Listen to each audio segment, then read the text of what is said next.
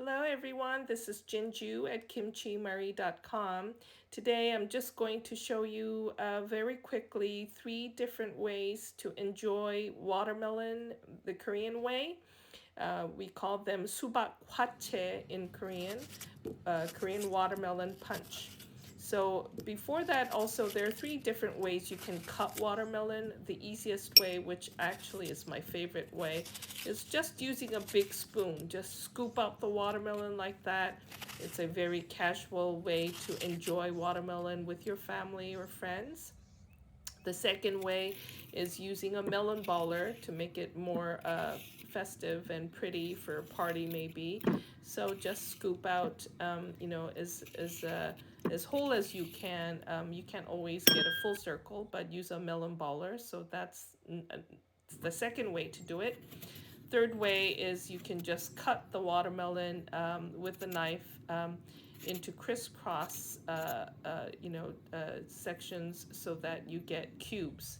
So you cut it about a little less than an inch thickness in 2 different directions, and then finally the third direction, and you basically have all these nicely cubed watermelon that you can enjoy. And that's what I like to do first. Sometimes when you have guests, to have them, it's a much faster way than the melon baller way. So anyway, so those are cubes. That's the third way to cut watermelon. So now with that, let's try make 3 different recipes. The first one, which is almost not a recipe even, but it is such a wonderful way to enjoy watermelon. So I wanted to share. This is how I used to just enjoy it in Korea growing up in the hot summer. So just cut up watermelon, sprinkle some extra sugar, and then add tons of ice and a little water if you want. You can actually not add water. That way you have a more concentrated watermelon juice. But this works great even if your watermelon is not chilled. That's how it used to be a lot of times. So that's the easiest way. The second way is we add some milk. So about 2 cups of watermelon. This will make 4 servings.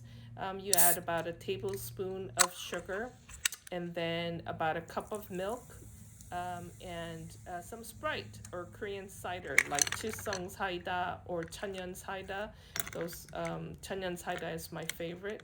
So you can see together with the milk and the cider, it becomes kind of like milky. So yeah, hear all the fizzy, wonderful bubbly sounds. Then the third recipe, to a blender, you add about 6 to 8 strawberries, about half cup of watermelon, quarter cup of milk, and 2 tablespoons of sugar, and some ice, like a half a cup. And then you blend until everything's very smooth. It's going to be a more liquidy consistency than like a regular smoothie, but that's how we want it to go with the watermelon punch. So make that smoothie, and then we're going to pour it.